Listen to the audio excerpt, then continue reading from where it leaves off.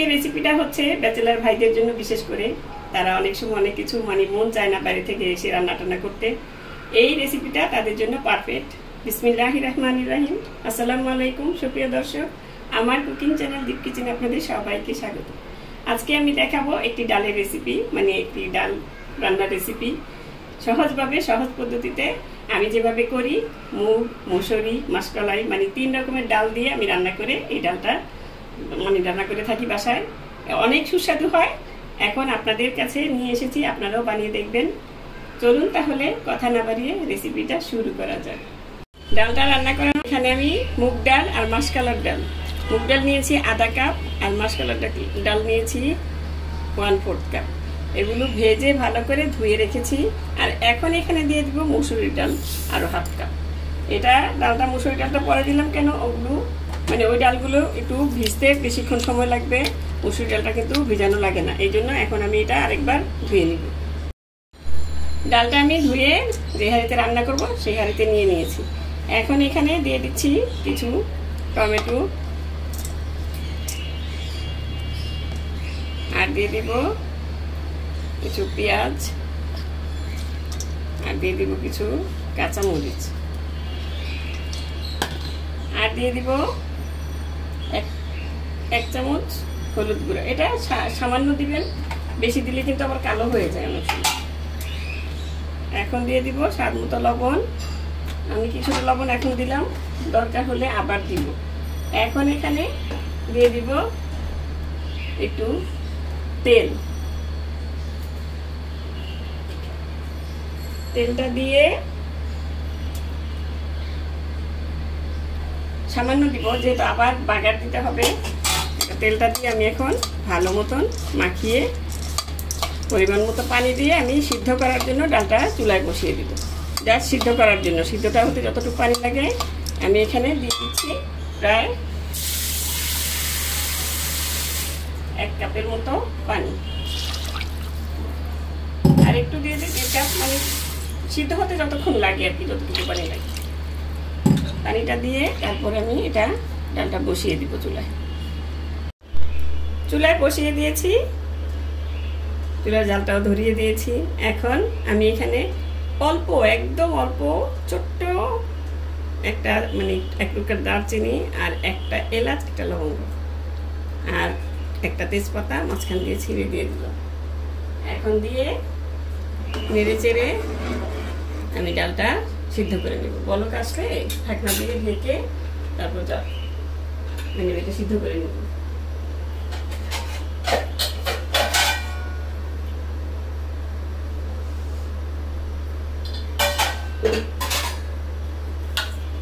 বলকটা আসলে আমি ঢাকনাটা দিয়ে দিব। চুলার আঁচটা একটু কমিয়ে দিয়ে ঢাকনাটা দিয়ে দিব।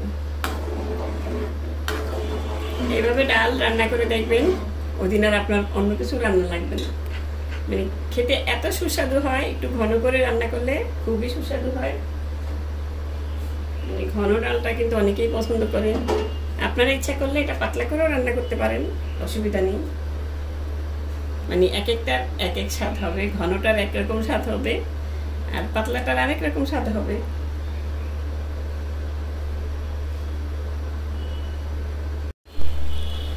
এই দেখুন ডালে বলক এসেছে। এখন আমি চুলার আঁচটা একদম কমিয়ে দিয়ে এই যে কিভাবে রেখেছি, কতটুকু কাঁচে রেখেছি এটা ডালটা দেখেই বোঝা যাবে। এই দেখুন,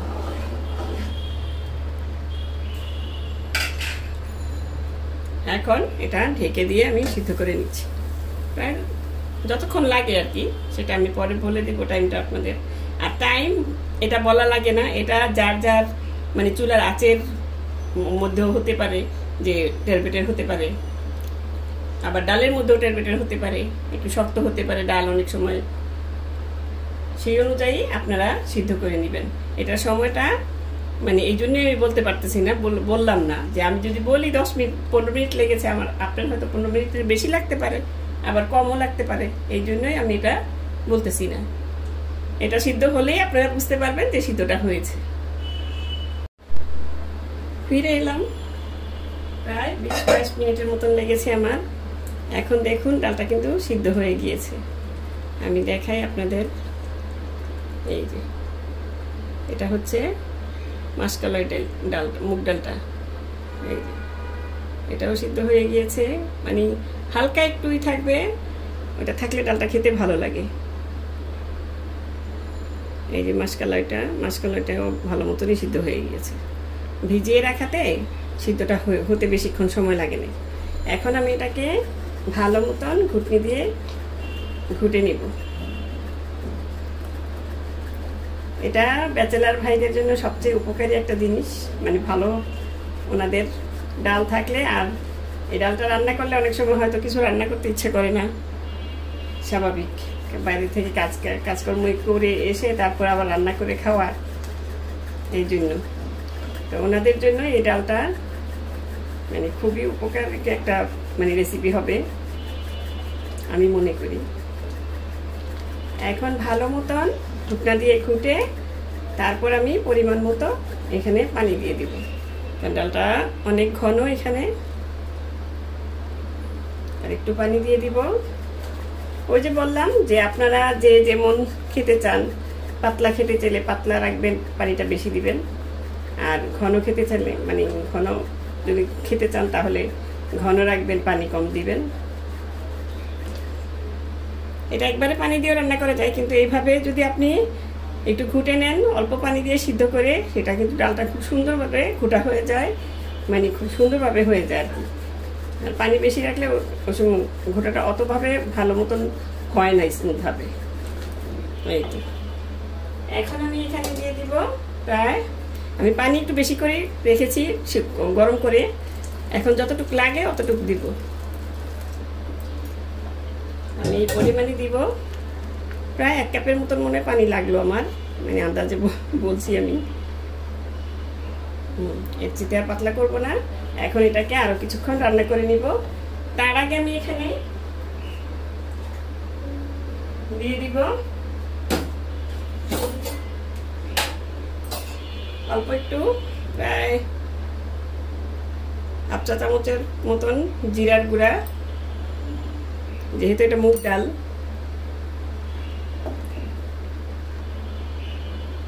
আর দিয়ে দিব অল্প, একদম 1/4 চা চামচের মতন ধনিয়ার গুঁড়া।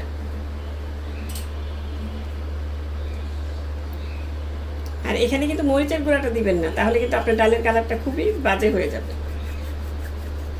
কালচে টাইপের হয়ে যাবে। দিয়ে এখন আমি ভালো মতন আবারও ঘুটে দিলাম, একসাথে মিশিয়ে দিলাম। এখন যেহেতু গরম পানি দিয়েছি, ডালটার সাথে সাথেই বলক এসে যাবে। দেখুন ঘোটাটাও সুন্দর মতন হয়েছে। ডালের আরেকটা জিনিস আমার নানি বলতো যে ডাল ঘোটার মধ্যে ডালটা খুবই মানে টেস্ট ডিপেন্ড করে।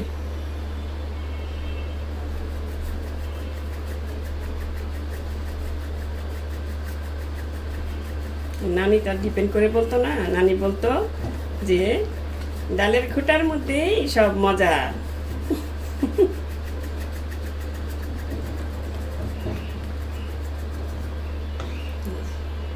এখন এটা আরো কিছুক্ষণ জাল করে নিব।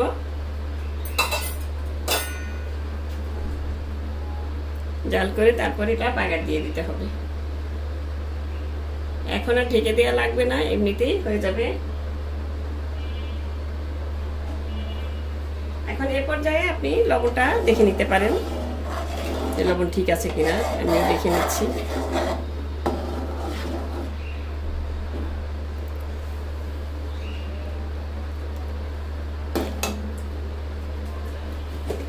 আমার এখানে আরেকটু লবণ লাগবে।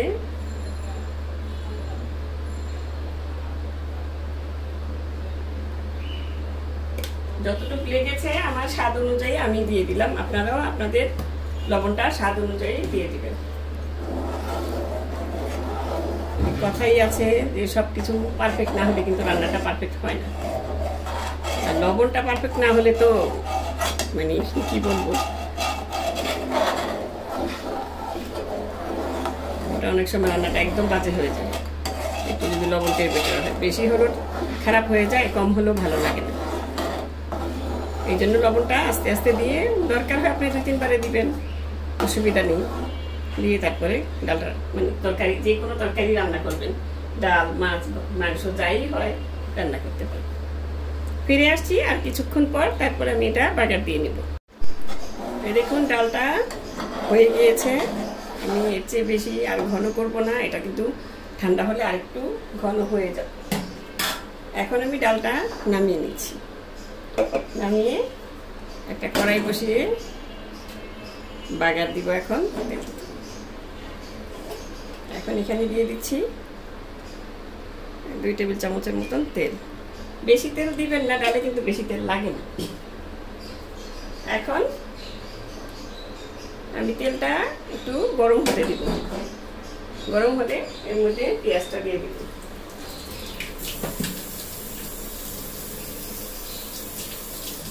মানে পেঁয়াজ রসুন যা বাগারে দিবেন, তেলটা গরম হলে তারপরে দিবেন, এর আগে দিবেন না। এর আগে দিলে কিন্তু তেলটা বাগারটা ভালো হবে না।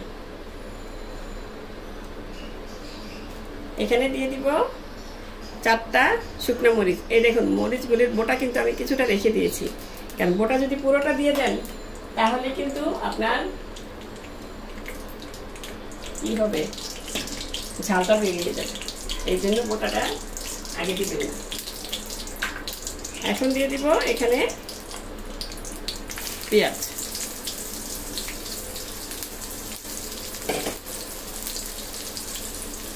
পেঁয়াজটা একটু দিয়ে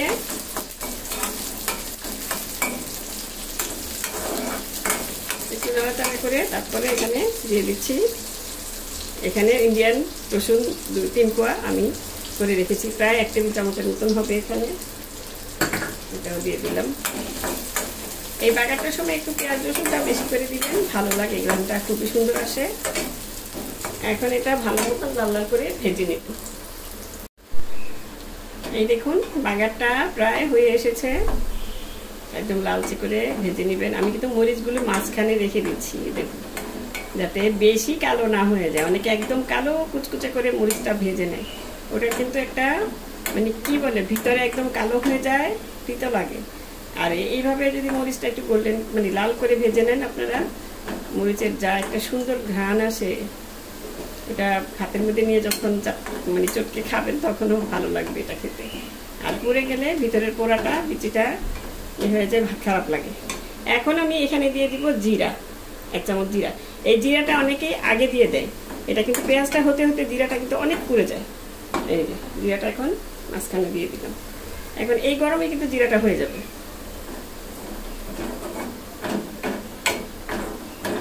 মানে সবকিছু দিলেই হবে না, এটা খেয়াল রাখতে হবে যে কোনটা দিলে কোনটা কোন সময় দিলে ঠিক থাকবে। এই দেখুন জিরাটা কিন্তু এখন ফুটতেছে।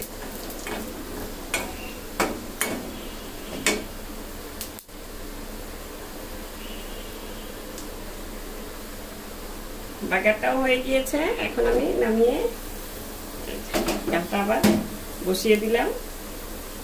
এখন এটাকে বাগারটা ডালের মধ্যে ঢেলে দিই।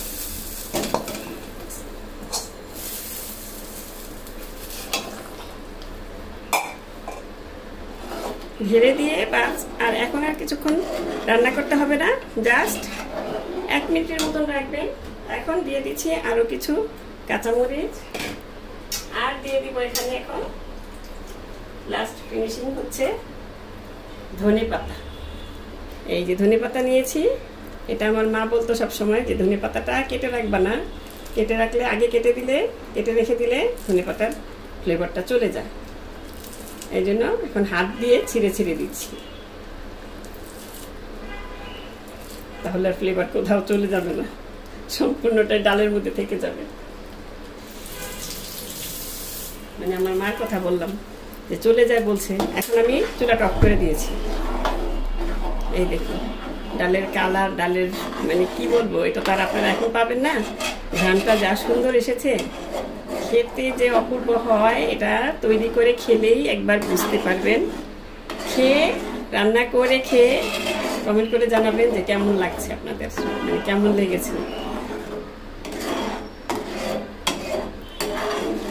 অনেক সময় আছে আপনাদের এই যে গরমের মধ্যে অনেক কিছু মাছ মাংস এগুলো খেতে ইচ্ছা করে না, তখন কিন্তু এই ডালটাই মানে খুবই মুখে মানে মুখরোচক হয় জিনিসটা। এখন একটু ঢেকে দিলে ধনেপাতার ঘ্রাণটা ওই যে বললাম আবারও থেকে যাবে সাথে।